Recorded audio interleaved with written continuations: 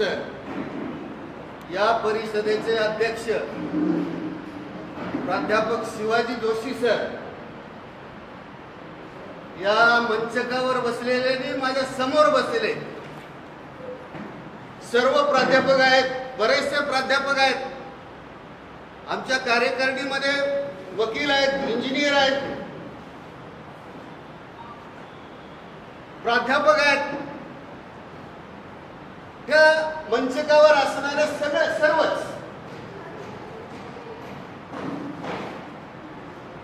रामसेवक कोरे चंद्रपूरहून आले आणि आपणही फार दूरदूरून काय चाललंय महाराष्ट्रभर गेली 3 वर्षापासून एक चांगला समूह जोडण्याचा प्रयत्न करत आहोत आणि त्याच्यामध्ये 3 वर्षाच्या नंतर असा निष्कर्ष निघतोय आमच्याकडून की आम्ही या BS4शी महाराष्ट्रातून चांगले कार्यकर्ते जोडण्याचा प्रयत्न केला। अनेक परिषदा झाल्या, मग सातारा, सांगली, नागपूर अशा अनेक ठिकाणी परिषदा झाल्या। काय उद्देश आहे बरं आमच्या अध्यक्षांचा ह्या वयात? आमचा काय उद्देश असा की भटक्यांच्या चळवळी गेली 75 वर्ष अनेक चळवळी झाल्या,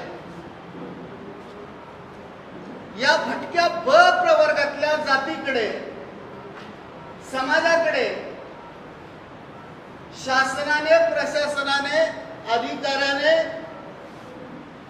यांनी असं बारकाईने लक्ष दिलं नाही का? मग आपल्या ब प्रवर्गातल्या ह्या ज्या काही 28 जाती होत्या त्याच्यामध्ये जाती आल्या, मग आता BS4 कशासाठी तुम्ही हे करतात? आम्हाला अनेक वेळा प्रश्न विचारतात, काय चालू आहे, आता काय असणार आहे साहेब? आम्ही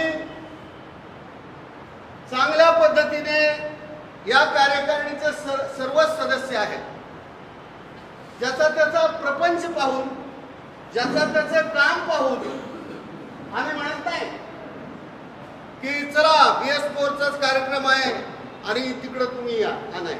विदर्भात आपण कार्यक्रम का घेतला तर विदर्भातल्या सर्व बांधवांना हा कार्यक्रम सोयीचा व्हावा, त्यांना कळावं हे काय चाललं ते। आम्हाला असेही काही पदाधिकारी BS4चं काम करत असताना काम करणारे पदाधिकारी, बरेच संघटन मानताना बरेच अनुभव येतात, ते अनुभव सांगण्याचं आपलं व्यासपीठ नाहीये, तर आपण हे का करतो आणि का करायला पाहिजे? बघा, प्रत्येक समाज आपापल्या जातीची युनिटी बांधत आहे। आता आपला जर समजा भटक्या ब प्रवर्गातला एक समाज समजला जोशी, दुसरा समजला चित्रकथी, तिसरा समजला कोण, म्हणजे असे अनेक गोसावी, यांनी जर असं छोटं आपलं जर घर बांधलं तर सांगा रे, छोट्या छोट्या समाजातून आपल्याकडे कोण लक्ष देईल? तर आमचा असा मानस आहे की अभ्यासू मंडळी प्रशासनाच्या पुढं या समाजाची बाजू अभ्यासू मंडळांनी मांडावी। त्याच्यामध्ये आमचे प्राध्यापक संजय भोळे जामनेरून, तर ते क्लास 1 क्लास 2 ऑफिसरचा ग्रुप चालू, नाशिकहून आमच्या वंदनाताई ओगले त्या BS4चा महिला ग्रुप चालू। आता ह्या सगळ्या बाबी, अरे आता आमची मुलं बाळं मोठी झाली, आता खरी तरुण मंडळीची मुलं बाळं उद्या मोठी होणार आहे, आमच्या भटक्याचा पालावरचा भीक मागायला जातो लहान पोरगा, आणि काय नाही आपण शासनाच्या पुढाऱ्याच्या पुढं हात जोडून त्याला हात देतो का? तुम्ही ठणकावून सांगत नाही की आमच्या भटक्या ब प्रवर्गाला सक्तीचं शिक्षण, आता ते म्हणतात आम्ही सक्तीचा कायदा काढला, अरे मग द्या ना तुम्ही। जर इतर, मी तुम्हाला बोलत नाही, इतर समाजाला तुम्ही त्याचा शिक्षणाचा खर्च करता, त्या ब प्रवर्गाच्या मुलांना सक्तीचं शिक्षण देऊन त्यांना शाळेत दाखल शासनाने करावा आणि त्याचा खर्च शासनाने करावा. काय आपण मागणी करतो? त्या नुसतं पुढारपण करण्यासाठी काय BS4 आपण चालवतो. आम्ही कोणी पद म्हणून ना प्राध्यापक जोशी सर आमची सतत चर्चा होत असते की आहे काय चाललंय, काय कसं होणार. तर त्याच्यामध्ये आम्ही यशस्वीतेकडे इथपर्यंत गेलो की एकमेकांची मनं जोडणारी माणसं सध्या आम्हाला पाहिजे. हुशार पाहिजे, बुद्धिमान पाहिजे, पैसावाले पाहिजे, आर्थिक सगळ्या गोष्टींनी सक्षम माणसाचा गट आहे. मग आपल्याला ताकदवर माणसं सुद्धा पाहिजे, याचा सुद्धा आपण विचार करतो.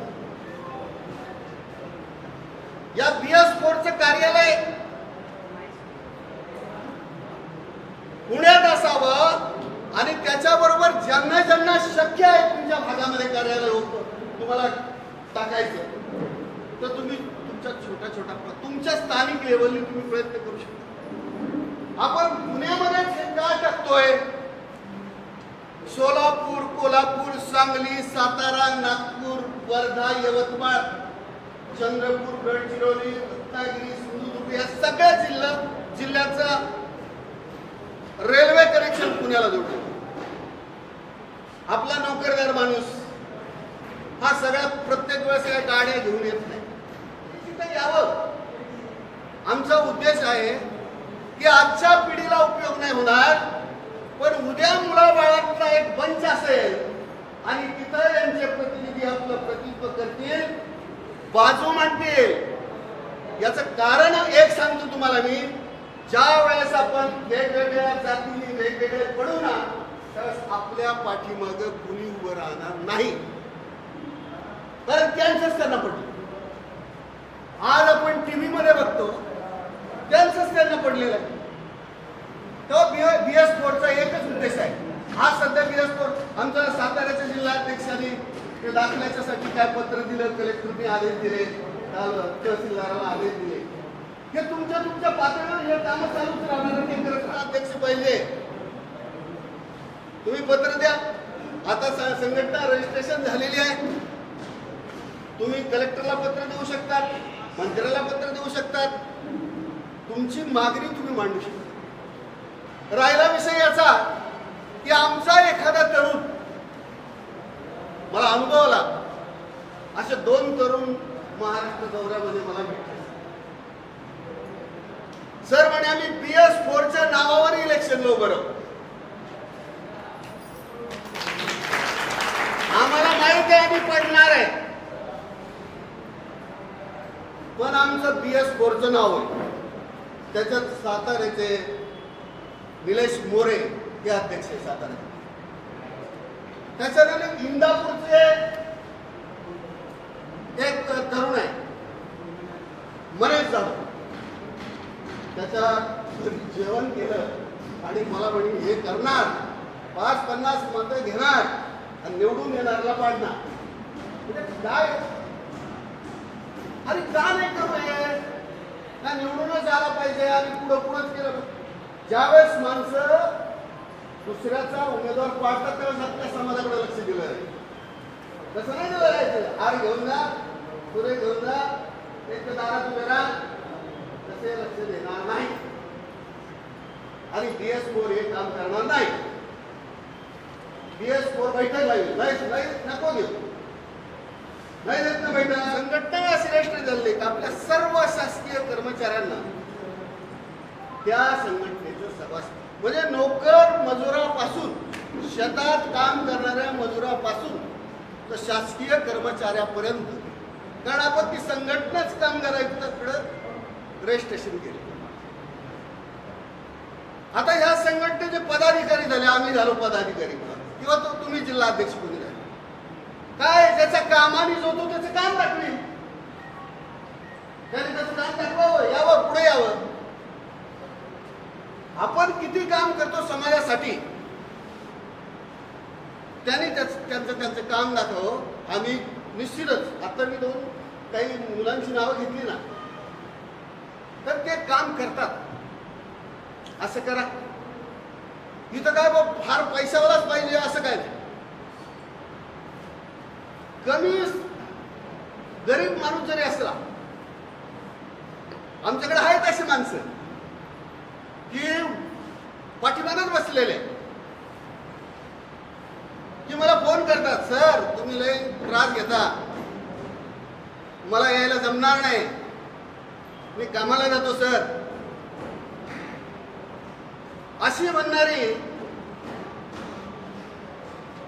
मला कामाला जावं लागतं, तुमच्या बरोबर यायला जमणार नाही, अशी माणसं आहे की जी काळजीने फोन करतात, विचारतात, सर तुमचं चाललं आम्ही बघतो चांगला आहे. त्यातले आमचे बालाजी सरळ आलेले आहेत. आणि याची जाण असणारी जरी माणसं BS फोरने निर्माण केली ना, आणि 700-800-1000 लोक जर चांगला एक जीवाशी तयार झाली ना, तर समोरच्याला निश्चितच घाम फोडण्याची ताकद आपण निर्माण करू शकतो. कारण ही क्रीम आहे, हे क्रीम कार्यकर्ते आहे. आज आपल्याला आम जनतेसाठी काम नाही करायचं. आज आमच्या पुढे आव असून प्रश्न आहे, शासन आम्हाला देत नाही, आमचे कौटुंबिक प्रश्न भरपूर आहेत. वेगवेगळ्या समित्या BS फोरने स्थापन केलेल्या आहेत. याच्याकडे सुद्धा आपल्याला लक्ष द्यायचं. म्हणजे सर्वार्थाने समाजाचा विकास कधी होईल, तर ते बाबांनी काय गीत गायलं ते शिक्षणाने होईल येतं सगळ्यांना. अरे पण आमच्या शिक्षणाच्या ऐवजी आमचा पालातला तो लहान पोरगा भीक मागायला जोळी घेऊन जातो, त्याला तुम्ही थांबवा, कंपल्सरी थांबवा, तेव्हा विकास होईल. आपले पूर्वज काय होते, मी स्वतः आमची कोपी होती 65ची,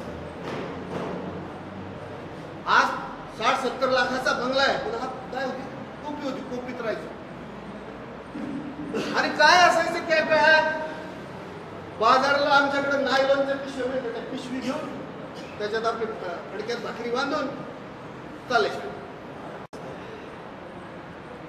आपला कोणताच माणूस असा नव्हता की जो ज्याच्या पूर्वजांनी गरिबीचे चटके सहन केलेले. फक्त आता आपली फक्त पुढे गेलो.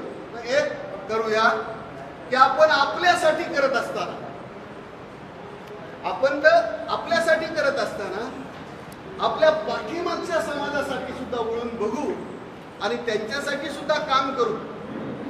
समाधान केव्हा मिळेल की माझ्या तरुणाला, माझ्या समाजाला, कोणत्याही माणसाला आपल्याकडून काही मदत मिळेल का, आपल्याकडून म्हणण्यापेक्षा आपल्याला खेचून आणता येईल का, याच्यासाठीच BS फोर प्रयत्न करेल. धन्यवाद.